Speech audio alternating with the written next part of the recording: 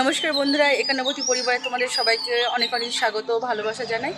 আর আজকে আমরা কি রান্না করব তোমরা সেটা প্রথম থেকে দেখো যে আমরা কি রান্না করছি। আশা করি তোমাদের সবারই ভালো লাগবে। আর সম্পূর্ণ একটা নতুন রান্না করে তোমাদের আজকে দেখিয়ে দেবো, তো তোমরা শুরু থেকে শেষ পর্যন্ত অবশ্যই দেখবে।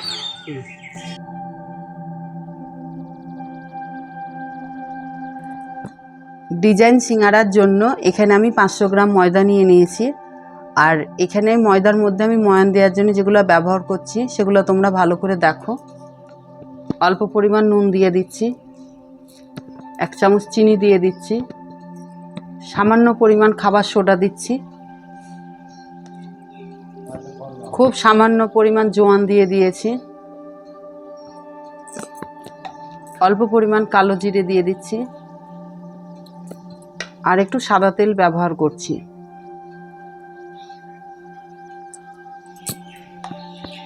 দিয়ে ভালো করে মিশিয়ে নেব। এই ময়ানটা আমার ভালোভাবে মেশানো হয়ে গেছে। দেখো এই যে মুঠো হয়ে যাচ্ছে। মুঠো হয়ে যাওয়ার কারণ এই ময়দাটা ভালো মতন ময়ান দেওয়া হয়েছে বলে এই মুঠোটা সুন্দর হচ্ছে। এবার আমি আস্তে আস্তে জল দিয়ে এই ময়দাটা মেখে নেব। একবারে জল দেব না, অল্প করে জল দিয়ে মাখতে থাকবো।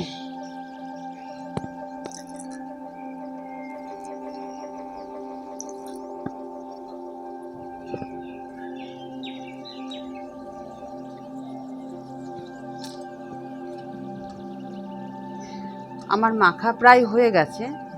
আর 1 মিনিট মতন মেখে এটা তেল দিয়ে আমি 1 ঘন্টা মতন ঢেকে রেখে দেব। এবার আমি এর ওপরে একটু সাদা তেল বুলিয়ে রেখে দেব।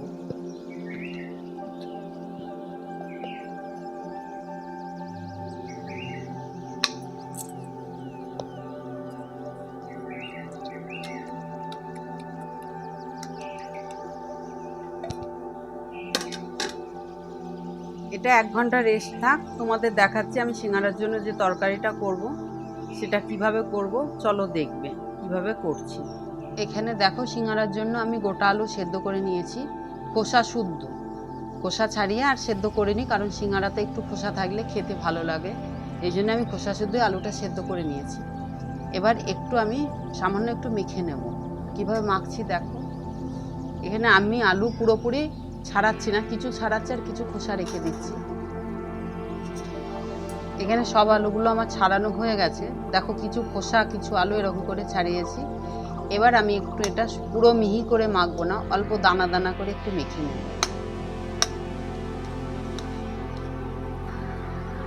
তরকারির জন্য এখানে আমি চিনেবাদাম ভেজে নিচ্ছি।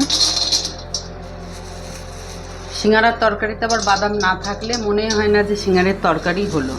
বাদামটা অবশ্যই করে দরকার সিঙ্গারার তরকারিতে।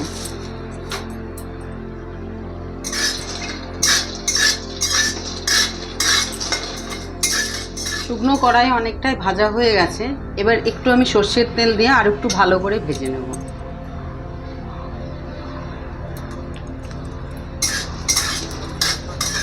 তার মানে বাদামটা আমার ভাজা হয়ে গেছে। এখন নামিয়ে রাখবো, তারপরে ওই তরকারির মশলাটা করে নেব। সিঙ্গারার তরকারির জন্য আমি এখানে কাঁচা লঙ্কা নিয়েছি আর অল্প পরিমাণ আদাও নিয়েছি। এটা ভালো করে ব্লেন্ড করে নেব। তোমরা চাইলে লঙ্কাটা কুচিও করে নিতে পারো, আমি এখানে একটুখানি ব্লেন্ড করে নিই। বাদাম ভাজার কড়াইয়ে একটু তেল দিয়ে দিচ্ছি। এখানে সর্ষের তেল ব্যবহার করছি। গ্যাস বেরিয়ে গেছে, গ্যাস। তেল তেতে গেছে। এর মধ্যে অল্প পরিমাণ 5 ফোড়ন, শুকনো লঙ্কা দিয়ে দিচ্ছি। এখানে সুন্দর একটা স্মেল বার হয়ে গেছে 5 ফোড়ন দিয়ে। এখন এর মধ্যে আদা লঙ্কার যে পেস্টটা করেছিলাম সেটা এই তেলের মধ্যে দিয়ে দিচ্ছি।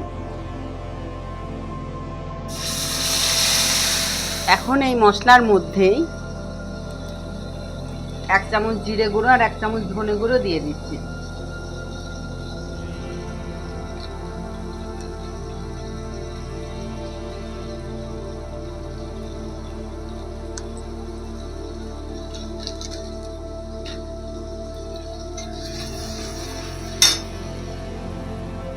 আর একটু হলুদ দিয়ে দিচ্ছি। নুন আর এখন আমি দেব না, যেহেতু ওই আলুতে আমি নুন দিয়ে দিয়েছিলাম। এখন আর নুন ব্যবহার করছি না, শুধু হলুদ আর পরিমাণ মতন একটু চিনি দিচ্ছি সাদানার জন্য।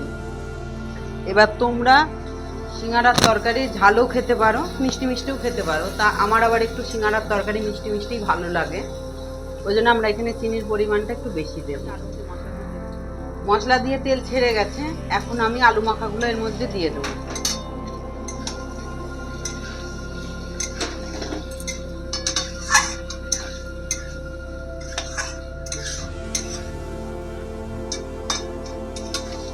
মিনিট 5 ধরে নাড়ার পর দেখো তরকারিটা যত নাড়ছি এখন এক জায়গায় হয়ে যাচ্ছে, তার মানে তরকারিটা হয়ে গেছে।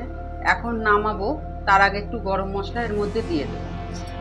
অল্প পরিমাণ গরম মশলা ব্যবহার করবো এখানে আমি।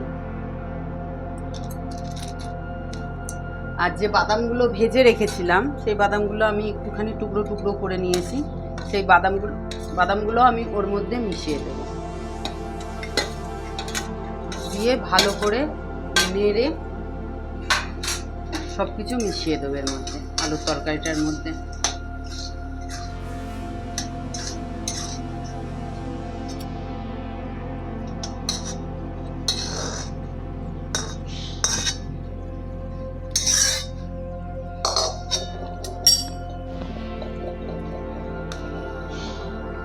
তরকারিটা এখন আমি ঠান্ডা করতে দিচ্ছি, দিয়ে তোমাদের ময়দাটা দেখাচ্ছি কীরকম অবস্থা। তারপর ময়দাটা মিনিট 2 মতন আবার মাখবো।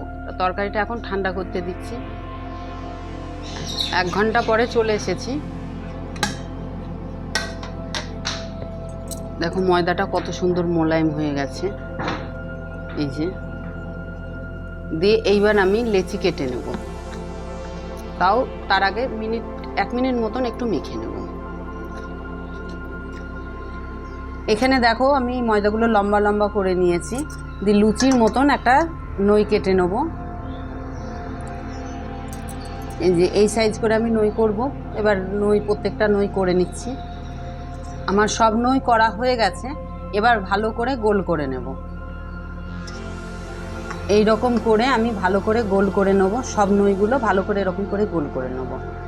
এবার কিভাবে বেলছি সেটাও তোমাদের দেখাচ্ছি। এখানে প্রথমে নইটা ভালো করে গোল করে নিতে হবে, দেখো। দিয়ে একটু তেল লাগিয়ে লুচির মতন একদম বেলে নিতে হবে। দিয়ে মাঝ বরাবর না, একটু নিচে তরকারিটা রাখতে হবে। দিয়ে এই তরকারিটা ঢাকা মতন এখানে আমি একটু কোনা মতন কেটে নেব, তরকারিটা যেন পুরোটা ঢাকা যায়। এই যে এইভাবে। এবার এই যে এইটুকুনি বাকি থাকছে আমি সরু সরু করে একটু কেটে নেব।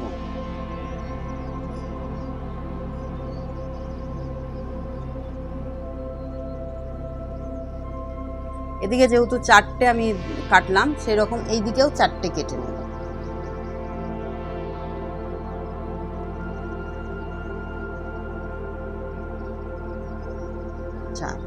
এবার হচ্ছে এই যে বড় অংশটা আমার আছে কোনাকুনিভাবে কেটে নিয়েছি, এবার আমি এই তরকারির উপরে ঢেকে দেবো।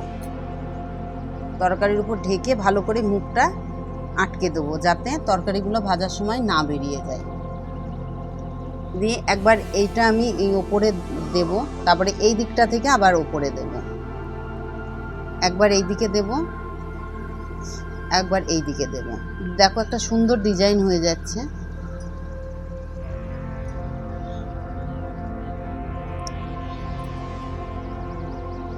টেনে টেনে ভালো করে লাগিয়ে দেব।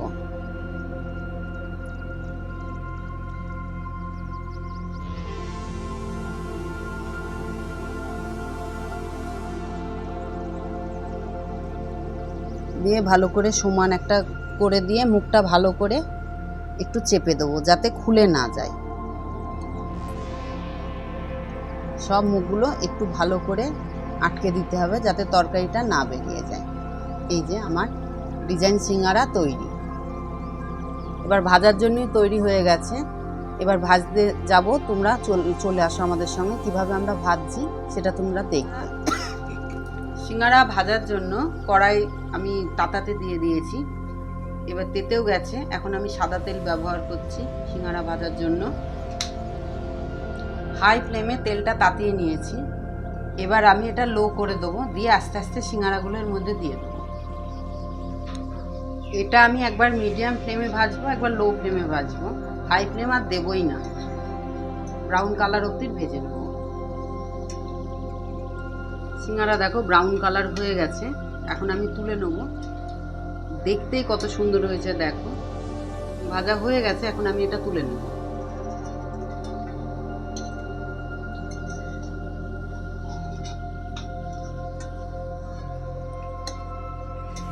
আমাদের ডিজাইন সিঙ্গারা তৈরি।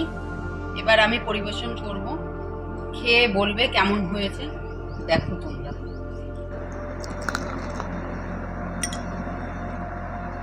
খেতে খুব সুন্দর স্বাদ হয়েছে, দোকানের মতনই হয়েছে রে। আপনারা সবাই বাড়িতে তৈরি করে এরকম করে খাবেন, খুব ভালো লাগবে।